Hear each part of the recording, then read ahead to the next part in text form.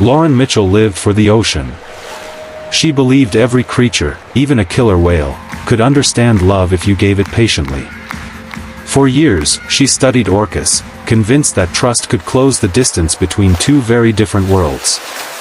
But in captivity, trust can be fragile. And on April 11, 2012, that fragile bridge collapsed in front of hundreds of horrified witnesses.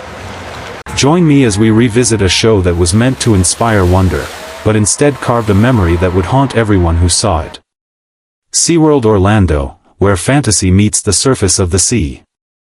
Each morning, the park wakes to splashing water, eager crowds, and families ready to be amazed. Among the trainers preparing for the day was 30-year-old Lauren Mitchell. Calm, focused, gentle, she carried a quiet grace that animals responded to. To the audience, she was simply the woman who smiled at whales. But to her team, she was the heart of the stadium.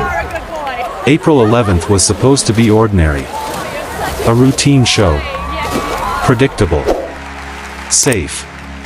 No one in the crowd could have imagined how quickly beauty would twist into terror. People often ask, why trust a predator?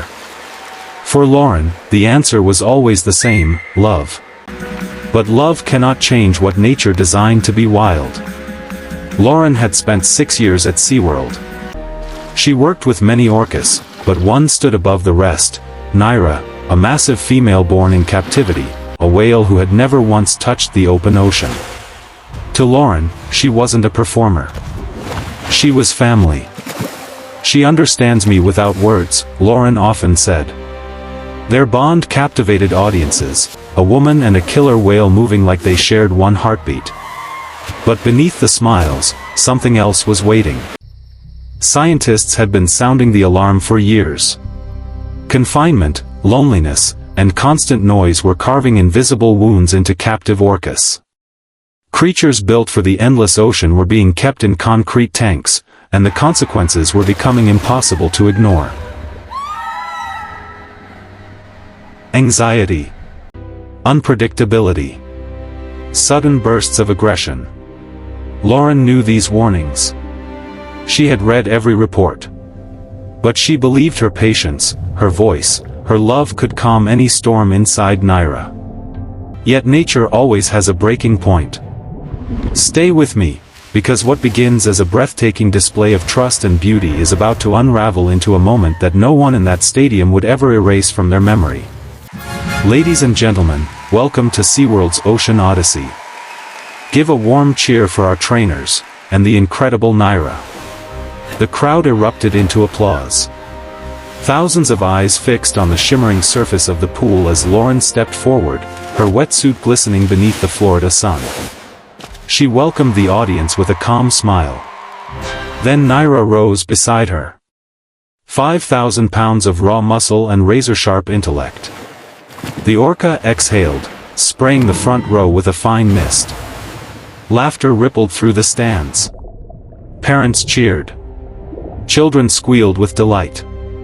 Lauren lifted her hand and gave the signal. Naira responded instantly. A powerful spin. A soaring leap. A splash so loud it shook the stadium. A flawless start. But perfection can disappear in seconds. Everything looked perfect. Everything felt magical. Everything seemed safe. But let's pause for just a moment.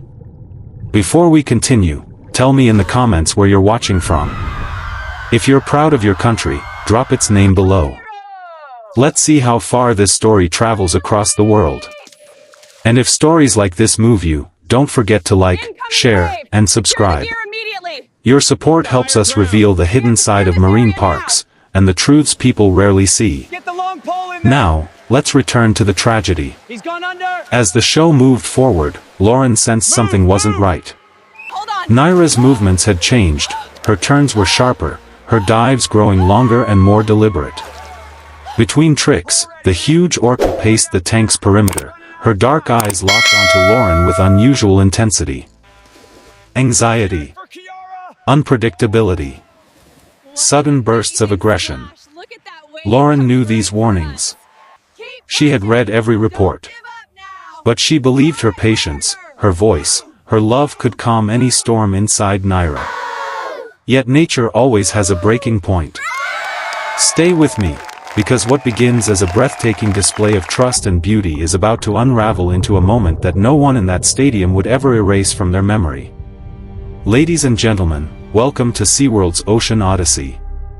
Give a warm cheer for our trainers, and the incredible Naira.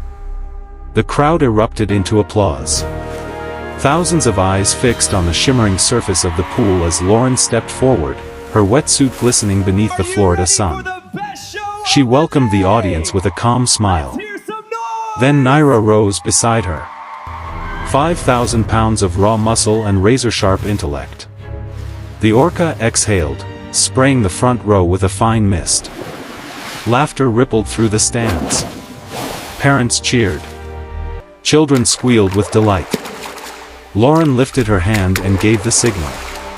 Naira responded instantly. A powerful spin. A soaring leap. A splash so loud it shook the stadium. A flawless start. But perfection can disappear in seconds. Everything looked perfect. Everything felt magical. Everything seemed safe. But let's pause for just a moment. Before we continue, stop the whale! Moments earlier, the arena was filled with laughter. Now, it echoed with a heavy, suffocating silence. News of the attack spread within minutes. By the end of the day, SeaWorld had shut its doors, and investigators swarmed the park. Trainers gathered in stunned silence, some unable to speak, others fighting back tears. Some called it a tragic accident. Others whispered what many had feared for years. It was inevitable. Naira was moved into isolation immediately after the incident. She refused food, circling slowly, releasing deep, echoing calls that sounded almost like grief. To those who worked with her, it was a chilling reminder. No matter how long an orca lives in captivity, the wild never truly leaves them. Experts examined every second of footage, every behavioral log, every medical report. The conclusion was painfully familiar. Captivity changes orcas. These are animals built to roam 100 miles a day, communicating through a language of clicks and calls, living in tight-knit family groups. In tanks, their world shrinks to a few dozen meters. Isolation turns to stress. Stress becomes frustration. And frustration sometimes erupts into violence. Marine biologists compared Naira's actions to similar incidents around the world. Moments where orcas lashed out not from hatred, but from psychological collapse. Lauren believed she could bridge the gap between human and animal. She tried to show the world that love could exist between species. But the truth is harsh. No bond, no matter how deep, can rewrite nature inside a creature built for the open sea. Today, Lauren Mitchell's memory lives quietly through the people who knew her, not in plaques, not in statues, but in the lessons she left behind. Her story teaches us that loving animals doesn't mean controlling them. It means respecting their freedom. Maybe the real lesson isn't about dominance. Move out of the way. But compassion. Maybe the ocean was never ours to confine. When we look into the eyes of an orca, we see intelligence, emotion, and suffering. A reflection of ourselves. For Lauren. For Naira. For every voice trapped behind glass. May we learn before it's too late. If this story touched you, please subscribe, like, and share. Every click helps spread awareness and reminds the world that compassion must come before entertainment. These stories aren't just about tragedy. They're about understanding, respect, and the responsibility we owe to every living creature on this planet. Before you go, tell me where you're watching from. If you're proud of your country, drop its name in the comments below. Let's see how far this message of empathy can travel across the world. Please like, share, and subscribe to help raise awareness across the world.